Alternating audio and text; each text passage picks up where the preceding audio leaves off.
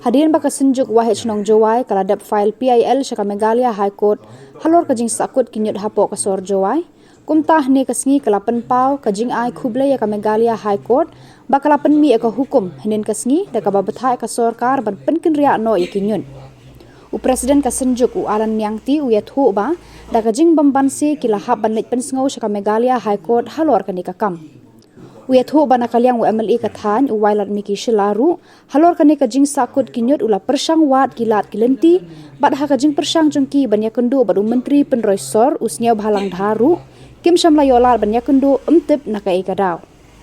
kumta halor kate ka hukum joka high court ki kermen baka jawai municipal board ru kan le no ekapadon kam hakisngi banwan Nakalyang kasunjuk ka kenturu yakipat ba banam berpat hari kinyut kumju sajan kawa mentedu namar kasor jawai kadon kam yaka khot kasuba. Sunjuk ke chenong jawai.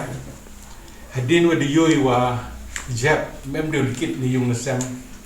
mem de kit ni yam hat. Tada MC Smile tung yung nasam siap jahat. I kam ka sunjuk ko pat ye khot ye jinger.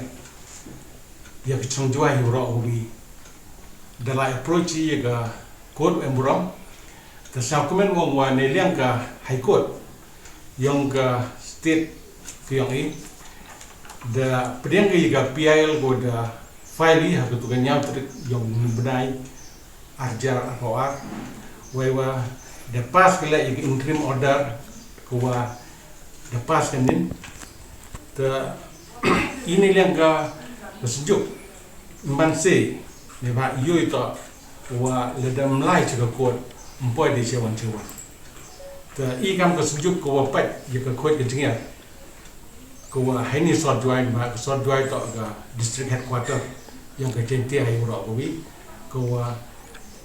ha lai chaka kot kanang wa ne leng sarkar yo le ka kan to le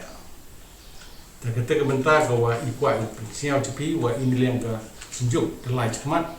hay wa yolti ni liang sarkari habduh ko le ka to le na mata ka khoi ki chingi ka yo ka chong jwai pro ko